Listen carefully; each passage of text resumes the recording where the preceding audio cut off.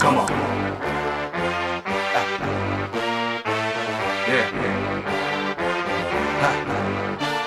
Break down. Come on. Welcome back, guys, once again to 30 Minutes of Life. I'm Ryan Anderson, and joining me to my left is the Skype Man, Hype Man. Brad Learman. Hey, what's up, buddy? Not much, man. How are you? Oh, this is going to be a fun one because, honestly, we have been gone for a while, and I think we've kind of alluded to that over our shows and everything like that. But this special 30 Minutes of Life is just kind of a bit of a reintroduction of sorts, just to kind of get you guys back up to speed with who we are, what we're about, and what we've been doing while we're away. I honestly can say we've been doing a lot of stuff since, I want to say it was November that we had our last, real run of shows, but before we started just kind of peppering stuff in and before some problems happened along the way. So I thought this was a great opportunity to just kind of get it out there in a short little way to let people know what we've been up to. So for starters, what have you been up to today? How have you been? I pretty much worked all day. That was kind of not as fun. Yeah. And you're currently trying to do the whole find the next big opportunity with the graphic design stuff, I assume. Yeah. Mm-hmm. Yeah. I've been so basically what I've been doing in the last 4 to 6 months, since I graduated in May, I have been looking for graphic design jobs, mostly in sort of motion graphics territory. Yeah. And that's totally cool. Actually, Amanda's, she's probably not going to be mad that I mentioned this part, but she's been looking herself. I mean, she still actually is actively employed, but she's been looking for work too. It's hard out there for a graphic designer. So, I mean, I don't know firsthand, but at least secondhand, I can kind of relate to what you're going through with all that, because I'm seeing and experiencing it on this end as well. Yeah. So what 30 Minutes of Life usually is, for those of you who don't know, is just really just us talking to, people we know in the industry, our own life experiences, and just really more off the nerd radar, so to speak, kind of conversations about what's going on in the world in 30 minutes or less. So to do 30 minutes or less, I want to talk about what we've been up to. And for starters, I just want to say we lost our stuff, and it just really sucked. My whole system here, I mean, and we got a lot, we got the lights and the camera and all that stuff, which one day will probably be up and we'll get YouTube stuff going. But our biggest component was the computer that I've had since, I want to say 2013, that I bought. And, that you run it really hard and you use it all the time, and boom, it goes. Unfortunately, it went on me in a way that I've never been able to completely recover. And when we got to December, I mean, I just lost everything. I went to Best Buy. I went and said, hey guys, what can you do to help remedy this situation? And they went, well, we'll do the best we can. You can pay for our year program. And I was like, okay, cool. It's $100. Get me back what I had. Even if I have to start over again, I might be able to get a new computer on the cheap or whatever. I'll figure it out. And this all kind of coincided, unfortunately, with me losing my job. And I didn't tell a lot of people about this. This has kind of been hush hush for a while. But yeah, I straight up lost employment due to the fact that our company had a contract with the military. And to make a long story short, 3,000 people lost their jobs in our company because basically they just didn't feel like we were part of the solution, that we were more part of the problem. And after being 8 years with a company that I loved in an industry that I loved, I ended up having to actually just leave that industry. And now I moved into something it's still in like a salesmanship capacity, but it's not with the grocery world anymore. So I had to do a little bit of soul searching along all that time too. And it's been very weird going through all this stuff. And talking about it just feels a little more cathartic, because you hold it in for so long and you're just like, I want to express how I'm feeling about this sort of thing. And I know it probably gets a little sappy, obviously, but I've been away from my family. I had to go back when I had pretty much no money to speak of, to go and see my brother for his wedding, all at the same time that I lost my computer. And people were talking about all these plans and these things and weddings and all this stuff. And I'm thinking about, I can't afford any of it. I'm just trying to like pay rent every single week until I get the good thing going.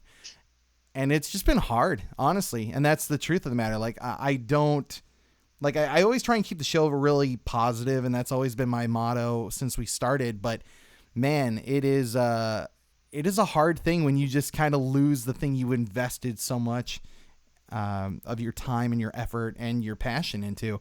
And it wasn't just on a work basis. It was the hobby, the lifestyle, this podcast world and entertainment that I love so much.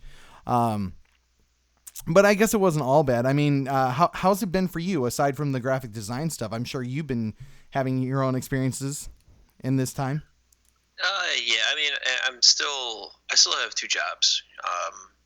Neither of them are sort of the long-term thing that I currently want, but yeah. Both of them are decent income. Yeah. And I don't know. I'm just looking for more creative pursuits because neither job offers that. Right. I mean, if I'm being totally honest, that's how I kind of feel. There was actually Simu Liu, I think the actor who got cast as Shang-Chi just recently.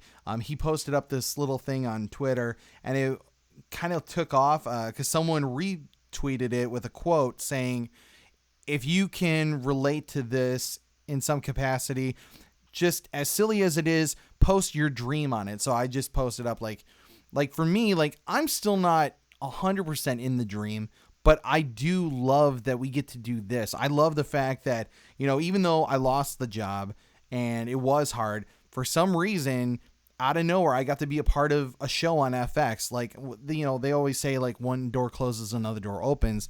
And some stuff, despite how hard it was, because obviously I still had to drive to the set and everything like that, it was a little costly, but they do pay you for your time and your effort.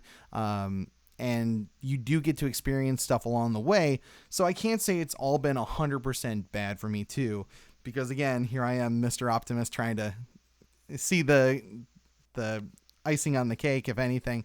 But it's an interesting thing because, I still am very thankful that people pledge money to us, because our GoFundMe technically is still up. I haven't taken that down. So when the computer went down, I just threw that up there, and people actually went out and gave us some of their money and tried to help get us back on our feet. And like, I get a little choked up talking about it because I hold myself with a decent amount of regard, but like, I don't think of myself as like a charity case by anything or any means. So when people just gave and were like, well, we've always loved listening to your show. Like, we've been listening since you started in 2015. Like, this is the least we could do because you've been doing this pretty much for free, and I casually reminded them, we got like Loot Crate, and that's always a nice little thing to help us along.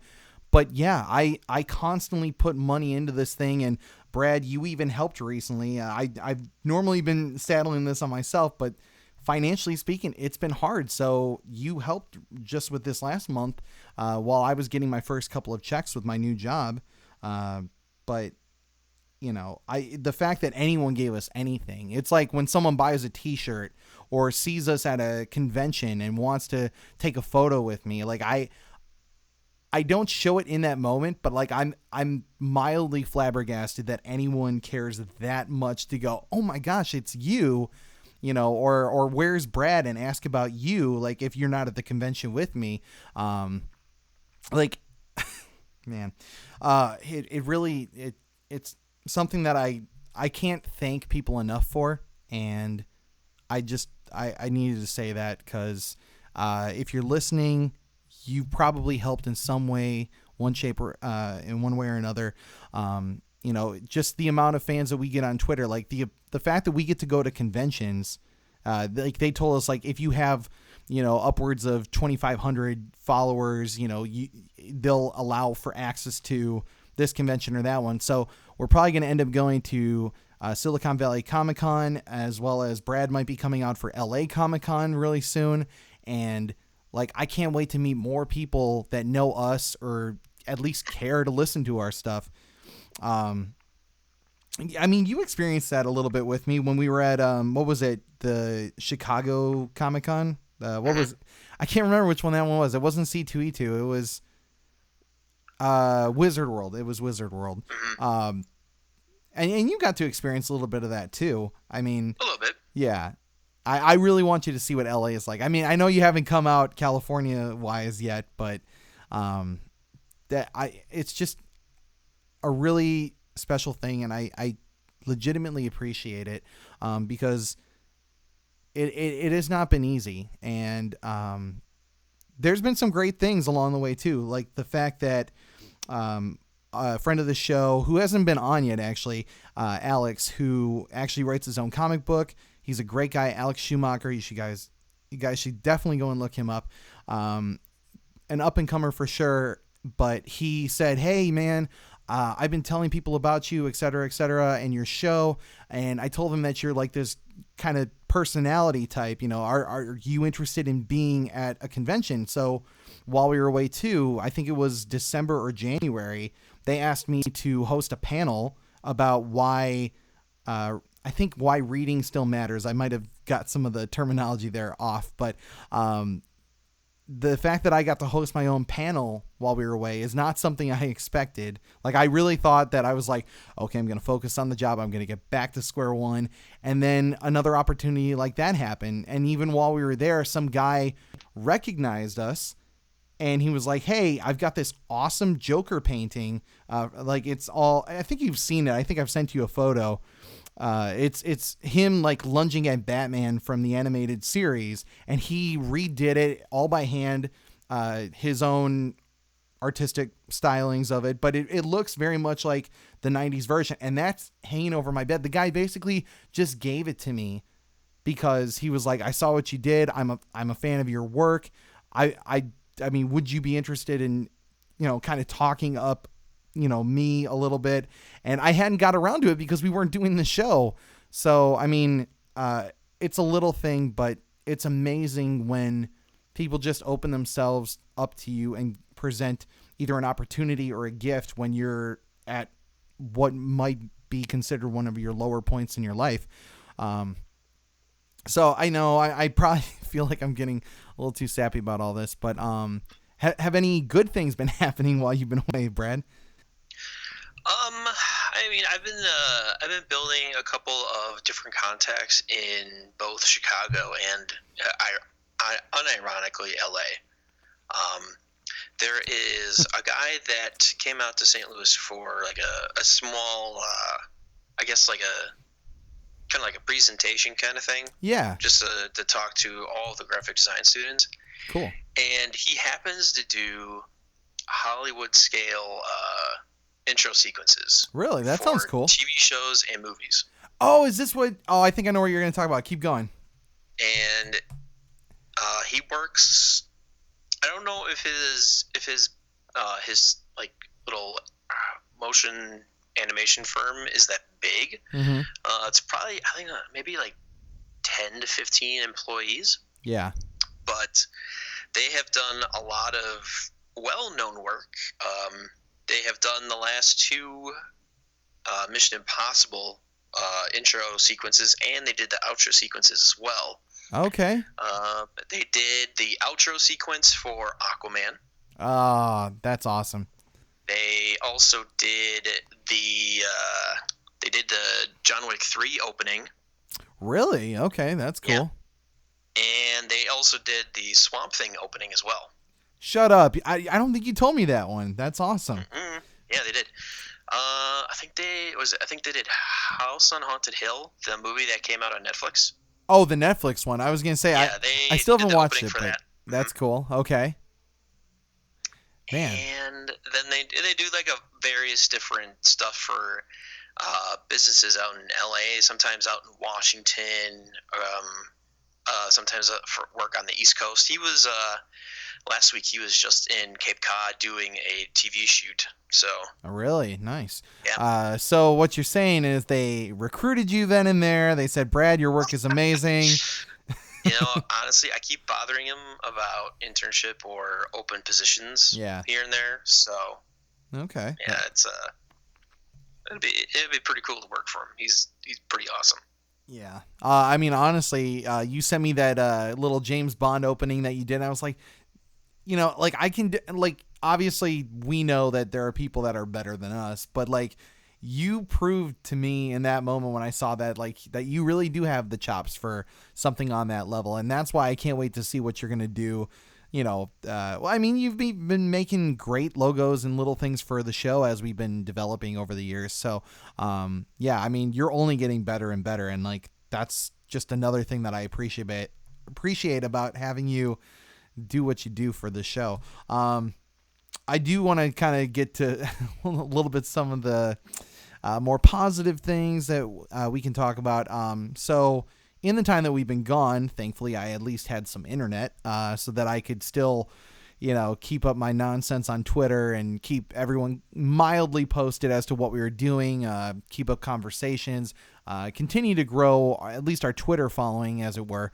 But in that time, I've been talking to so many people, whether it be people in the industry, obviously the things that I mentioned that I got to do a little bit ago, and all that stuff was great. But then we started to get access and conversations with Warner Brothers, Sony, Universal. So we have some great connections now. And, it's not going to make us millionaires overnight, but like the fact that I just got some other companies too along the way. Like I don't want to just keep name dropping, but basically like we have access to their stuff early now, so I can see shows like Pennyworth and a bunch of other things that like I got the entire run of Pennyworth, and I got to see that before.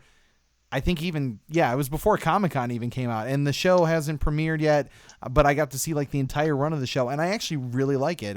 Like, consider that an early review of it, but got that. The website, despite the fact that the website's still a little touch and go, because I am that kind of perfectionist who wants it to be as good for everyone as it possibly can. I'm at that point where, it's just more or less a couple tweaks in how I want this logo here or that thing to be a different font. And of course I've got Mr. Font to my left here telling me what's working and what's not. So I do like and appreciate that. But I also do like putting it out to our fans. So if you guys are enjoying this episode or have any constructive criticism too, as we continue to grow and try and get on a more consistent schedule with everything, I really would love to hear from you guys. Hey, I think 30 minutes is great, but I could go for an hour, or, we probably might not change that part, but, little things like that. If you're like, oh man, every time you do 2 hours of Nerd Rage Weekly, man, I just can't get past that 2 hour mark. So man, if you could keep it shorter than that, like for me already, I'm saying message received, but I would love to hear that kind of stuff, because I know that there are some podcasts out there, they go 3.5 hours long. And I was telling Brad about this, and it seems kind of crazy that they would get hundreds of downloads, kind of in the same vein as we do. But I just want to know what our audience wants to hear more from us. So if you guys are out there and you're like, man, I wish that they would talk about XYZ, let us know. That's why we have the website. That's why especially we have the Twitter and the Facebook, and why I try and pepper in our email address every single time, because I'll get questions from people. Like there was like the top 5 episode that we did once a little while ago. And then they're like, did you really mean that so-and-so was, your number 4 pick? And why would you say that? So maybe I didn't elaborate it well enough on the episode. And I do love hearing that, because it allows for me to not only think about what I'm saying when I'm in the episode, but maybe express my thoughts and opinions a little bit more clearly to people. So believe me, I am not one of those people who likes to shut other people down. I want to hear everything. And that's the only way that we learn and we grow. I mean, hell, losing a computer, you learn a lot of things of what not to do so that you don't do it again. So yeah, it's just another way that we can learn to be better. I'm not perfect when it comes to Twitter either. So, like someone corrected me the other day, because I was like, oh, something Robert Downey Jr. and it came out wrong, and I felt like maybe I wasn't hitting any sort of nerve with it. I thought it was just kind of like a little joke, but the way it could have been misconstrued could have been something related to Hollywood, and had that been heard by someone who could have taken even more offense than the person who gave me more constructive criticism, like I would have felt even worse than I did. I literally went into the DMs and I apologized to that person. I said, I had no idea that I was making it come across that way. And I sincerely apologize because, we're all guilty of mistakes. Lord knows I've made my fair share in my lifetime, but like, we don't learn from our mistakes if people don't point them out to us. And obviously you don't want to do it in a dickish way where you point the finger at someone, but you just say, hey, I think you probably could have approached that better or something like that.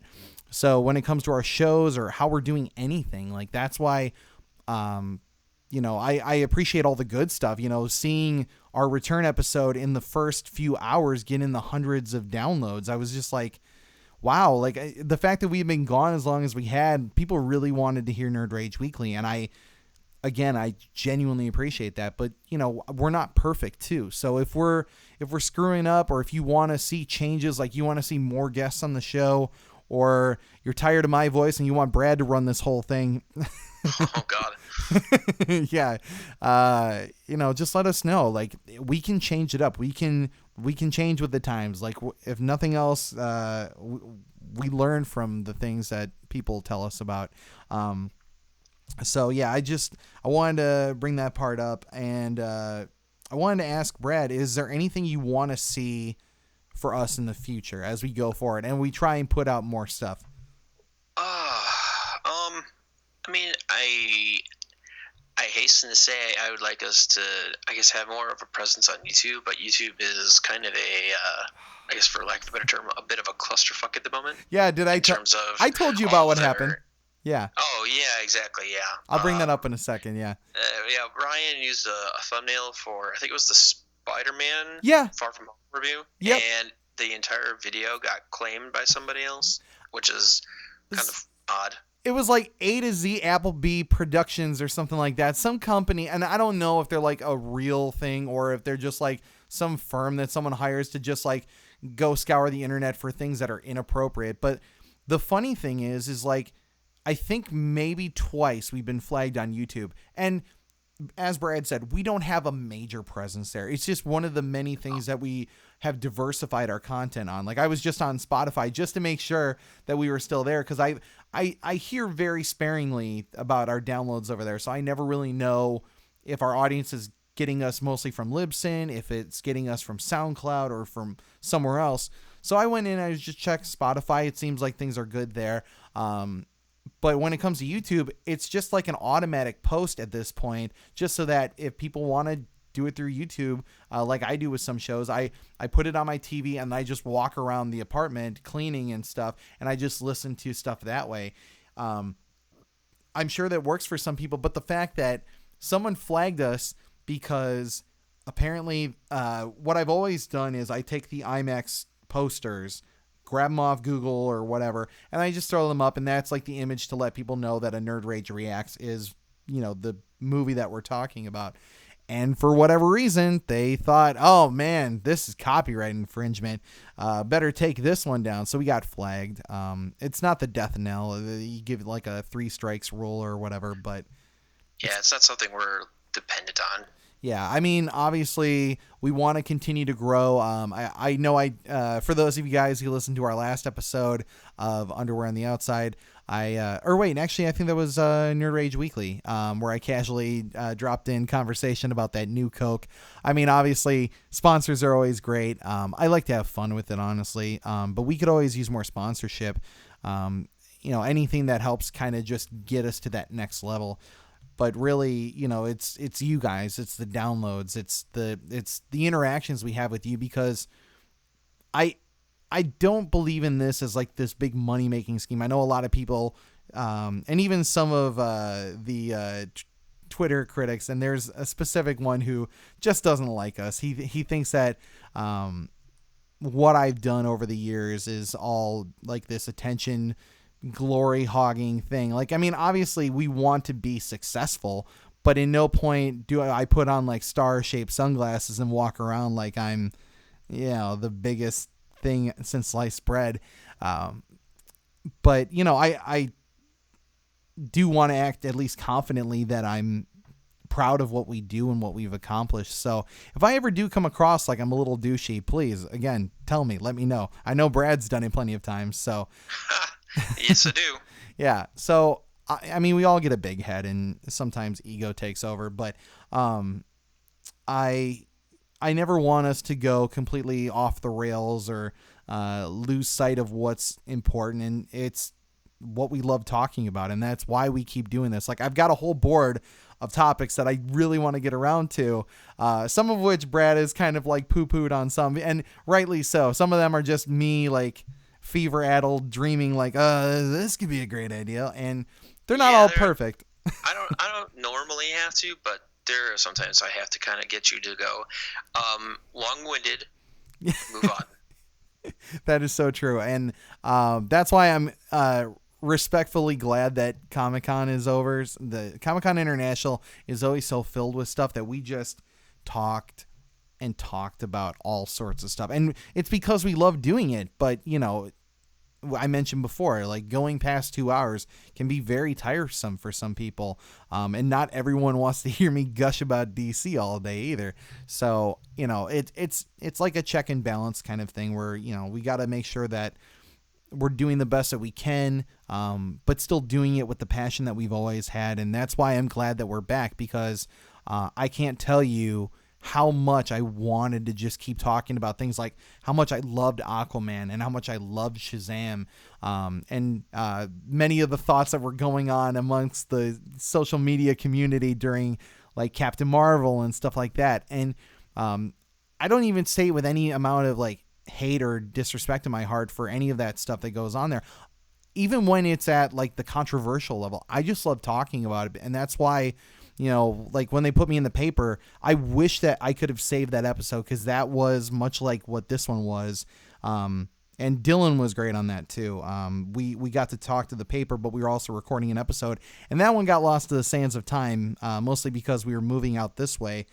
And I feel bad that we'll never get that episode out there. But when they were interviewing me for the paper, I just gushed about why all this stuff is so much a part of my life.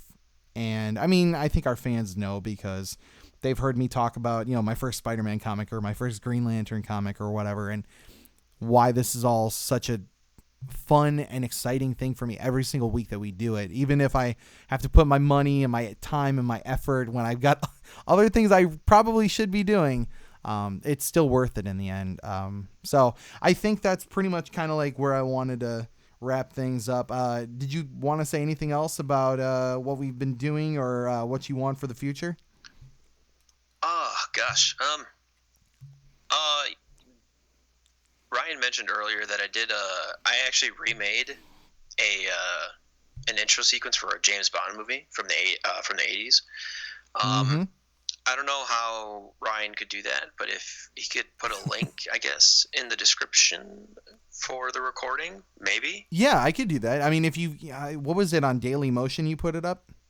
Oh no, it's on Vimeo. I mean, I can just. Oh, Vimeo. Yeah. Yeah, okay. I can give you a link to just my portfolio page. Yeah, totally. I mean, I want people to see all the stuff you've been working on, because you've been doing great stuff. I've mentioned very casually over past episodes that Brad was doing like a little bit of a cartoony animation thing, and it was really cool. I mean, obviously we want to make it the best thing that we possibly can, so that you guys can not just enjoy, like blocky characters, but he's done some good stuff, and it's actually very impressive what he's put together. He was even doing some like animated strips for, I think it was school, right? It was for my senior thesis. Yeah, it was like some curly-haired character. I did a three-part little short based on philosophy. So yeah, and it's a little thing, but it's a fun thing that we also want to continue to add to our content. So whether it's putting us on YouTube or putting just a little animated strip that is us basically talking like we are and splicing out some of our funny little clips that we have, little moments on the show, and just doing it up as an animated short, we would love to do that for you guys. So I really am excited for what's to come. I know enough of our contacts and people that are helping us get to a better place are going to make for another great year to come. I wish that we had been, full steam ahead up until pretty much this last month, because I mean, there's been a lot of great stuff. I feel like we're caught up now, and I want to just keep the train moving down the tracks. Wouldn't you say so? I would agree. Yeah. So, I want to say thank you to everyone again. I know I already gushed earlier about how much I appreciate everything. I'll just say, as always, you guys can find us on all of the social media platforms. Hit us up on Facebook, Twitter, all that stuff. Thank you for listening to us kind of recap what's been going on. I know I'm going to see many more of you at Comic-Cons along the way. Like I mentioned, if you're at Silicon Valley Comic-Con, I'll be handing out shirts and other merchandise. I actually am getting a bunch of stickers made up for all of our logos. So if you guys want to slap a sticker on your car or whatever, it's free publicity. I mean, it costs me a little something, but I don't care, because I like putting ourselves out there, and I know that you guys appreciate that stuff when I hand out a free shirt at a Comic-Con or whatever. So we'll be there. We'll be at LA Comic-Con almost assuredly, whether we're doing press or just hanging out with fans. We're definitely going to be doing that one. And there's so much more to come, really, whether it's just shows or new ideas that we're cooking up all the time. So again, thank you to everyone. Keep following us on all those social media stuff, and go support the Patreon. Go support the GoFundMe. Like I said, is still up there. So if you've got a couple bucks to spare and you really want to help us, just fix a couple things, because the computer's not perfect. I should have mentioned that. We got it back up to, I would say, about an 85%, and I would like to see it at 100%. There's a couple little tweaks I could make that would definitely help. So every little bit counts, whether you're buying off our Public store or just supporting us on Patreon. We just want to make this the best show that we possibly can, and that comes with you guys for sure. So thank you for listening to 30 Minutes of Life, and we'll be back with a bunch more. I've been Ryan. Yeah, Brett. And we'll see you guys again another time.